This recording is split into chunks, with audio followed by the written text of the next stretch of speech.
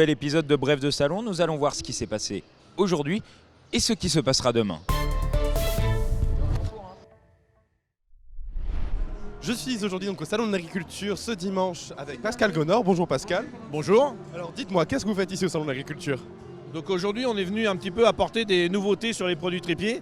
C'est-à-dire qu'on a fait 400 recettes de produits tripiers innovantes, de recettes innovantes.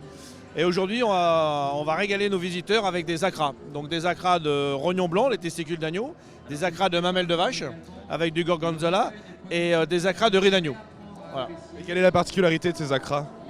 Alors la particularité de ces acras justement c'est de faire découvrir à nos visiteurs une nouvelle façon de manger les produits tripiers. Donc là aujourd'hui on va faire des acras donc, de produits tripiers alors que normalement les acras ça se fait avec de la morue en général. Aujourd'hui on a fait une petite base d'acras qu'on peut retrouver n'importe quelle recette sur internet.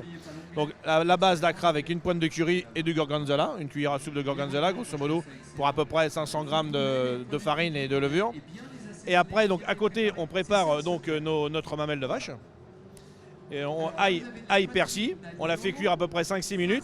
Une fois qu'elle est cuite, on l'incorpore à notre base d'acra. On mélange tout ça et après on passe entre 7 et 8 minutes dans la friteuse à 180 degrés. Vous les faites, vous les distribuez donc depuis tout à l'heure. Et c'est quoi le programme pour la suite? Alors le programme pour la suite, en fait, c'est en fonction de la demande. Là on a eu beaucoup de demandes sur des riz de veau et des cervelles d'agneau. Donc là je suis en train de préparer justement un petit courbouillon. Et dès que notre courbouillon va être bien consumé et bien préparé, on va pouvoir commencer à faire des petites recettes, histoire de s'amuser sur le salon et surtout amuser aussi nos visiteurs. Bon, mais merci beaucoup Pascal, on va vous laisser à vos casseroles. Et puis moi je vais m'empresser de déguster ces magnifiques acras qui réservent plein de surprises. Merci.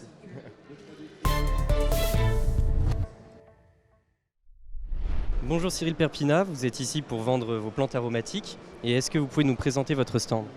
Oui, bonjour, effectivement, on est là pour pour présenter nos produits. Nous sommes des producteurs de plantes aromatiques au sens très très large. Sur l'année, on a une gamme d'un peu plus de 140 variétés de plantes. Ça va du très classique, thym, laurier, romarin, etc., jusqu'à des choses beaucoup plus exotiques, voire inconnues du grand public, ou parfois connues comme des plantes ornementales, mais dont on a oublié le côté comestible. Est-ce que vous pouvez nous présenter un petit peu vos plantes, s'il vous plaît ? On a un petit assortiment de menthes assez sympathique, comme de la menthe After Eight, de la menthe fraise, de la menthe basilic, de la menthe Hollywood, qui est un parfum très très frais, parfaite pour les mojitos de cet été quand le soleil voudra bien venir. On a un petit assortiment de basilic également, notamment un basilic du Kilimandjaro, qui est la seule espèce vivace et légèrement rustique.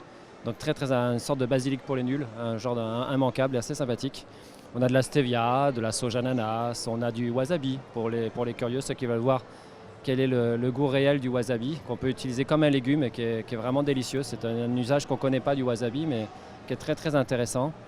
Après, on a de la coriandre vietnamienne, on a des choses, de l'ail qui vient d'Afrique du Sud, une sorte d'ail sauvage d'Afrique du Sud qui est très très goûteux et très ornemental. De la santoline également, enfin plein, on brosse très très très large. On a même des bourraches là devant moi qui sont en fleurs et qui sont vraiment délicieuses. Nous sommes maintenant avec Patrick Lafare qui tient le stand poissonnerie du Salon de l'Agriculture. Bonjour Patrick.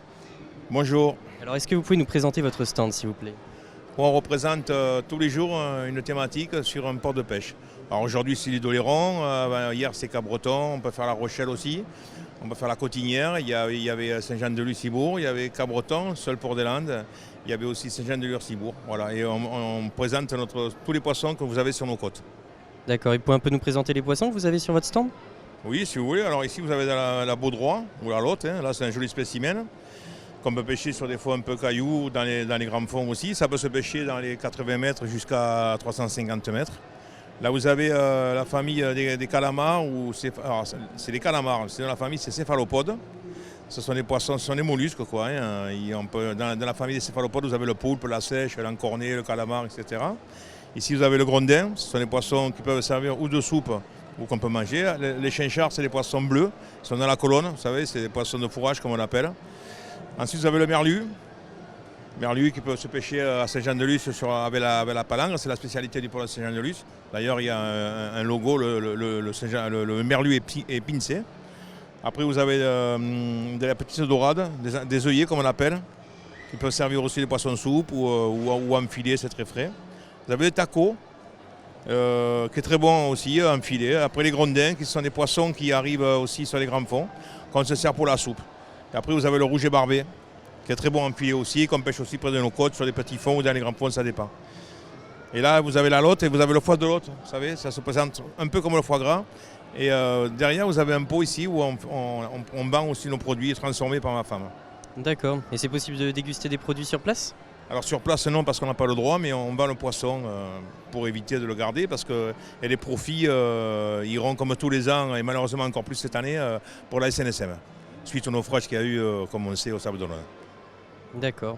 Bien, merci beaucoup Je vous en prie, merci à vous. et bon salon. Je suis avec Nina Lavidal qui a participé au derby qui se passe juste derrière moi. Bonjour Nina déjà. Bonjour. Alors déjà en fait c'est quoi le derby? Alors le derby c'est un mélange d'obstacles de cross, comme vous pouvez voir ici c'est des obstacles fixes, et d'obstacles de CSO, les barres mobiles qui tombent. Là on est dans la particularité que c'est un derby CSO, donc il y a des barres mobiles rajoutées sur les obstacles de cross, de manière à ce que les barres tombent et qu'il n'y ait pas d'accident. Voilà. Et pour toi ça s'est passé comment du coup? Ça s'est passé nickel, il y a juste eu 2 barres sur le tour, mais bon rien de bien méchant, avec un cheval avec lequel je me suis amusée, donc c'est un régal. Et, le cheval c'était un des tiens du coup, un des Potioc, c'est ça? C'était pas un Potioc, c'est mon cheval avec lequel j'ai passé le monitorat. Un cheval croisé lusitanien pur sang anglais. Drôle de mélange pour certains. Mais bon, un cheval à tout faire. Un gentil cheval. Ce lundi, il va se passer autre chose pour toi ou t'es tranquille jusqu'à la fin du salon? Pour moi, c'est tranquille jusqu'à la fin du salon. Mais par contre, il y aura comme épreuve sympa à regarder et à faire participer. C'est un relais à l'américaine qui se déroule déguisé. Donc en équipe de 2-3 cavaliers déguisés qui s'alternent à tour de rôle sur le parcours de CSO. Et le relais américain c'est quoi? Est-ce que c'est sur le même principe que la course à pied? Si on fait des tours et le dernier à chaque fois est éliminé ou... Alors, il y a chacun son tour fait son parcours. Et s'il y en a un qui malheureusement est éliminé, toute l'équipe est éliminée. Voilà. Donc il faut espérer que ce soit le dernier qui passe qui soit éliminé. La journée se termine au salon de l'agriculture de la Nouvelle-Aquitaine. Allez, moi je vais aller me reposer. Je vous retrouve demain pour la dernière journée du salon.